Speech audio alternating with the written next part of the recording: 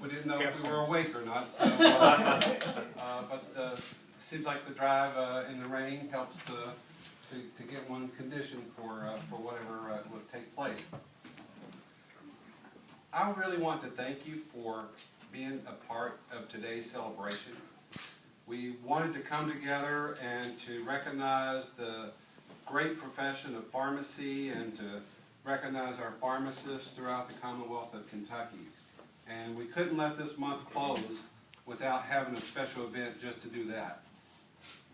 It's not only American Pharmacist Month, it's Kentucky Pharmacist Month. And I think it's something that we really do celebrate together. One of the treasures that we have found in recent times, rediscovered for those of us who didn't know it was here, was the original Articles of Incorporation, Constitution, and Bylaws of the Kentucky, at that point, Pharmaceutical Association, with handwriting by Mr. Gale, the first executive director of the Kentucky Pharmacists Association and the first executive director, I believe, of the Board of Pharmacy. My resident historian tells me.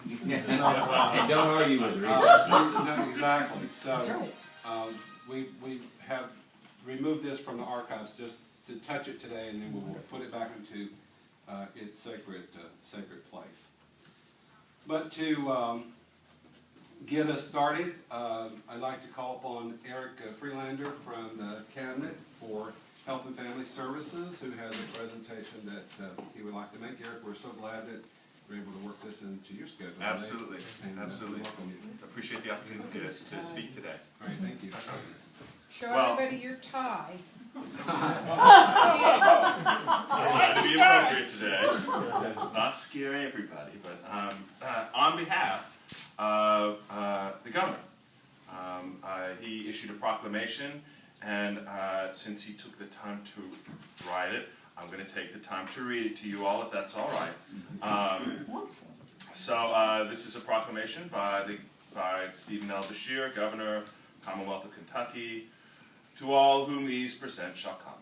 Whereas pharmacy is respected throughout our great Commonwealth as one of the oldest of health professions concerned with ensuring the safety and well-being of our citizens, and whereas more than 8,155 licensed pharmacists now operate as trusted community resources throughout Kentucky, providing critical services to improve medication use and advanced patient care, and whereas the use of medication as a cost-effective alternative to more expensive medical procedures is becoming a major force in addressing healthcare expenditures and concerns, and requires greater attention to the manner in which they are dispensed and used by an increasingly diverse population. And whereas it is important that users of both prescription and over-the-counter medications be knowledgeable about and share responsibility for their own drug therapy, along with their formal and informal caregivers.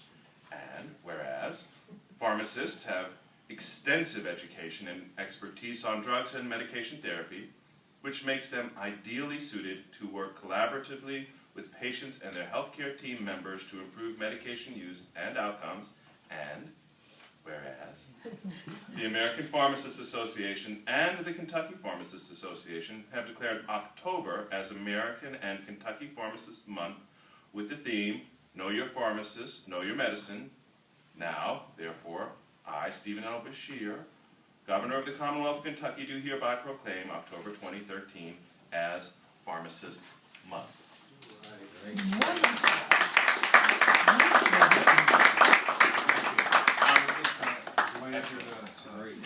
It's been a second like this. How's that? Thank you. You didn't take me nowhere. Thank you. And if I might, on behalf of just a few little things, on behalf of the Health and Family Services Cabinet, and on behalf of myself, there's an old saying, right? Change is good. You go first. Over the past couple of years, we've had a tremendous, almost sea change in terms of healthcare delivery in Kentucky, starting with things like Casper, which has actually been a tremendous success. We see prescription drug abuse going down in this state. We see prescriptions for our opiates going way down in this state. So there has been success. And your all's participation in that and dedication to that has made a tremendous difference in this state.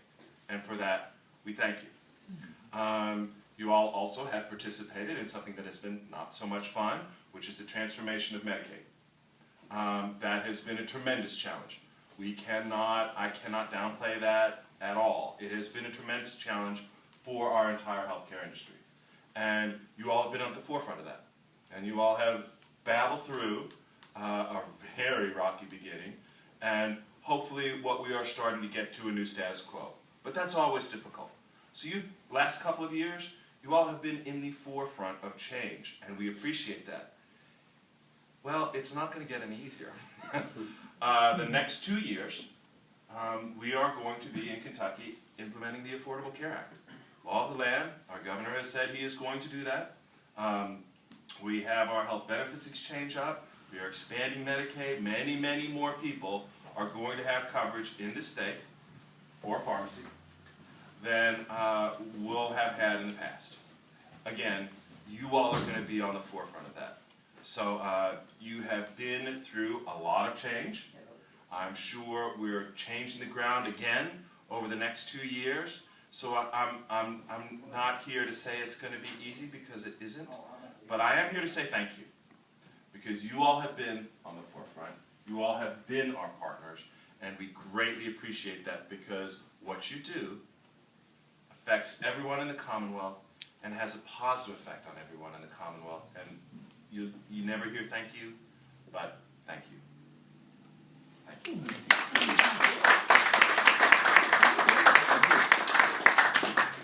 Certainly want to thank you, Eric, and Governor Beshear for bestowing this honor on us.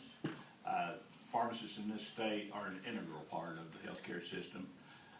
They deserve to be recognized as providers in every category.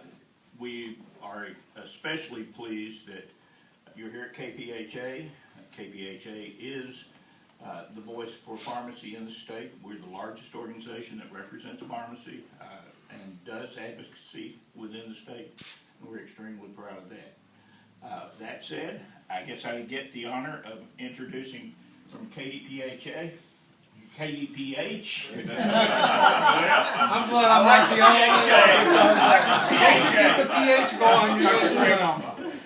Well, thanks, Mr. Parsons. So I was asked to say a few words about the department's relationship with the Kentucky Pharmacists Association, and especially in terms of disasters. So I'll start out by saying that Kentucky is a really disaster-prone state, unfortunately. So we rank 26th in terms of population among states, and we're 36th in terms of land mass, but we're number 8 when you're looking at our ranking in terms of federally declared disasters. And that is, and if you combine that with the fact that we have a generally unhealthy population, that we have a lot of folks with chronic disease, a lot of folks, we rank high in prevalence of diabetes, heart disease, cancer. That can be a really dangerous combination. It's really more difficult because it's more difficult for our communities to be resilient and recover quickly from disasters.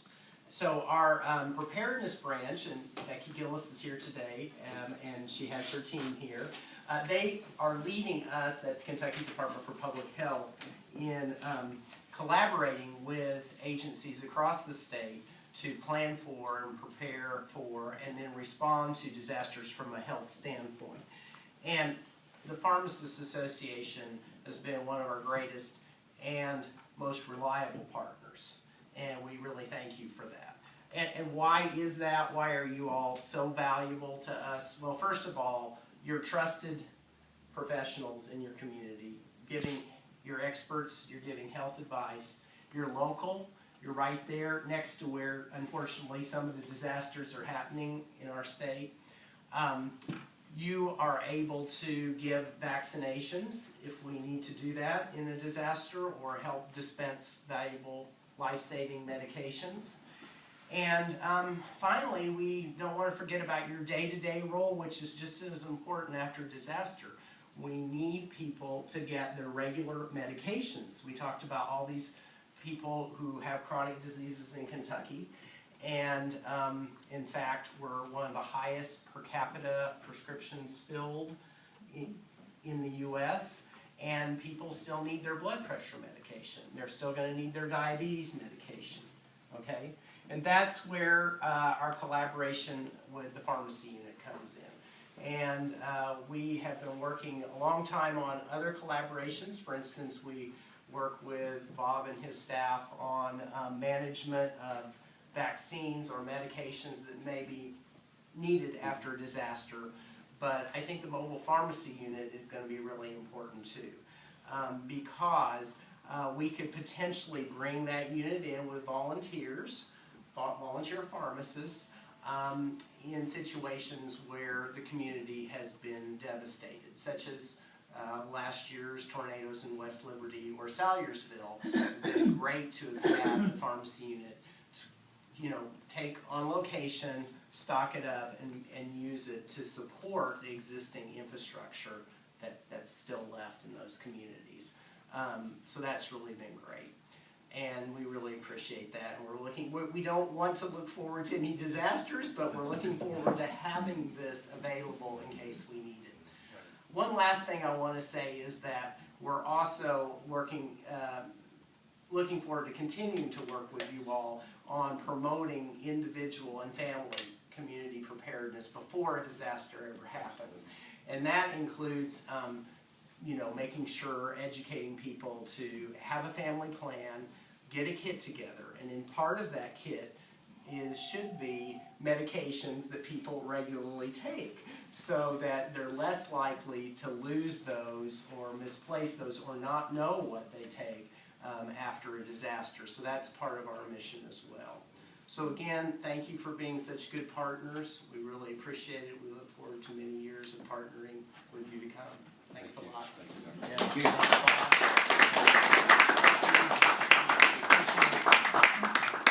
We've had a few additional folks to join us. I'd like to invite you all to come into the room as we continue. We've got just a few more things to say. We have some chairs on this side, and welcome.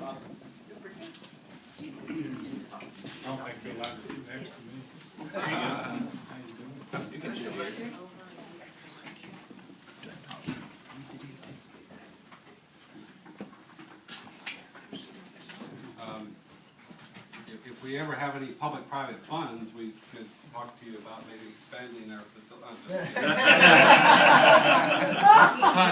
But I do want to say that we are working to ensure that pharmacists are critical members of the healthcare team. There's a lot of discussion taking place nationally with respect to the provider role of pharmacists. As we look at the aging of the population, the fact that about 1 out of 4 older Kentuckians live alone. I mean, there's just, look at the chronic disease management. There's lots of opportunities, Eric, for us to continue our relationship. We really do appreciate so much you being here with us today, as President Parsons said.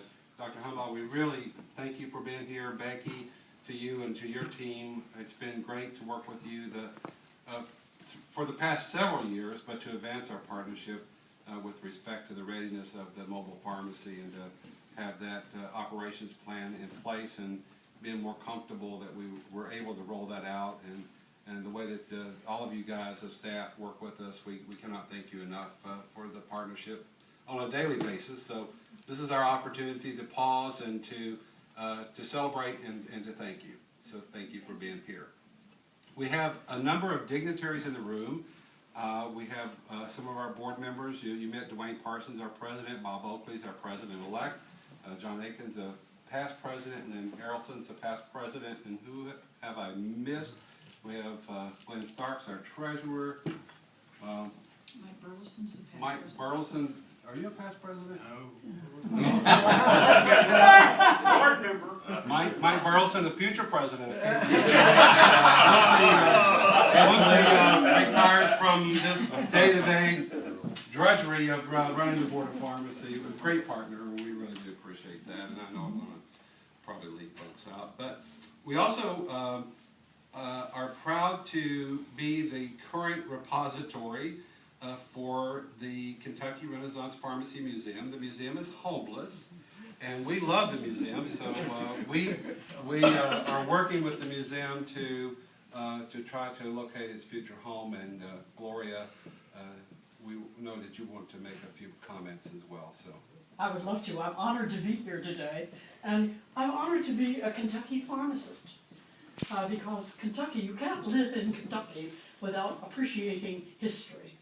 And I think all of the pharmacists do have their own collections, but it's, our museum is a wonderful thing. If you saw it when we had it in the courthouse in Lexington, we had 5 rooms there before they closed the courthouse for renovation. We have 5 rooms of artifacts. Ladies and gentlemen, they are just fantastic, and they must not be lost for future generations. And that's what that's why I'm here today, because we have so much to be thankful for, and that we have kept it, but we want to keep it in Kentucky, and we want to keep our collections in Kentucky. Dr. Helmbaugh mentioned a time when the community needed to have community vaccinations and things.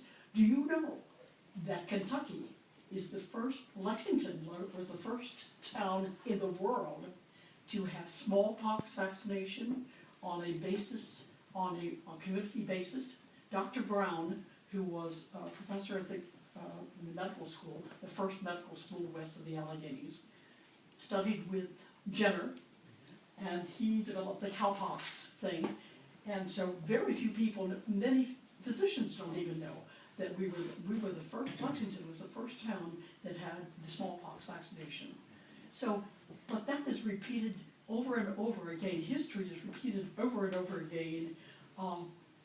McKellar, who was the first pharmacist in Lexington, he was also the first owner of a commercial vintage or vintner vineyard in the United States, and that was in the late 1700s.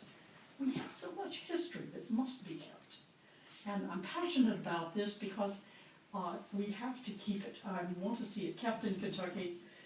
We have so many things from Louisville. We have an entire pharmacy from the Portland area, the Katzman Pharmacy there.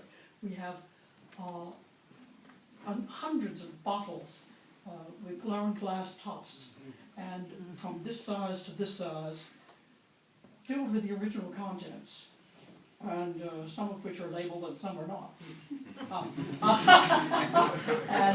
But the equipment from this, we have the shelving, the handmade shelving and everything. I have to have a chemist work with me on that. Anyway, it's fascinating, the things that we have. We have a few things here exhibited, but it just goes on and on.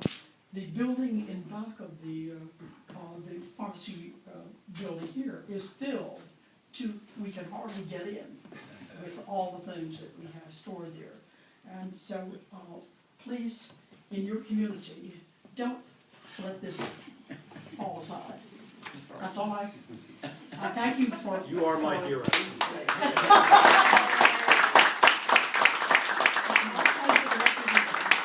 or as my Angela would say, Shiro. So thank you, Gloria. Thank you so much. And we do have lots of goodies still to share. The punch is just getting stirred. I hear it out there formulating. So I hope that you will spend some time. I hope that you'll visit the mobile pharmacy. Leah is happy to show that to you. Gloria, you said so well about our history. Mr. Gill, 18 years old when he worked to get the Pharmacists Association formed way back in 1877 when he started that work, and as you see, we're one of the oldest associations in the country, 1879. So we're really proud of our heritage, of our foundation, of our history, but we want to continue the good work and really to advance the profession and to really to give a shout out for all the great work that pharmacists do on a daily basis. So thank you for being a part of this celebration today, and hope that you'll stay and spend some time with us this afternoon and rub elbows and network just a bit. Thank you.